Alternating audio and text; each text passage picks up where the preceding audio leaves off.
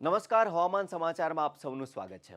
રાજ્યભરમાં વરસાદી માહોલ જામ્યો છે। આજે સુરત, નવસારી, વલસાડ, દમણ અને દાદરાનગર હવેલીમાં રેડ એલર્ટ સાથે અતિથી અતિભારે વરસાદ પડ્યો છે। આજે સવારથી કાળા ડિબાંગ વાદળો વચ્ચે મેઘરાજાએ જમાવટ કરતા ધોધમાર વરસાદ પડ્યો છે। જન્માષ્ટમીના આ દિવસે સંપૂર્ણ રાજ્યમાં અતિભારે વરસાદની સાથે રેડ એલર્ટ આપવામાં આવ્યું છે।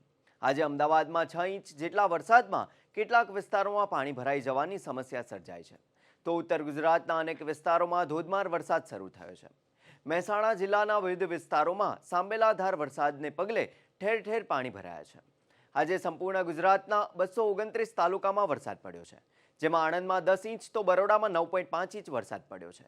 તો હજુ પણ મધ્યપ્રદેશમાં નિર્માણ પામેલ ડીપ ડિપ્રેશન ગુજરાત પરથી પસાર થઈ રહ્યું છે, જેને પગલે 26, 27 અને 28 ઓગસ્ટના રોજ ભારે વરસાદ વરસી શકે છે।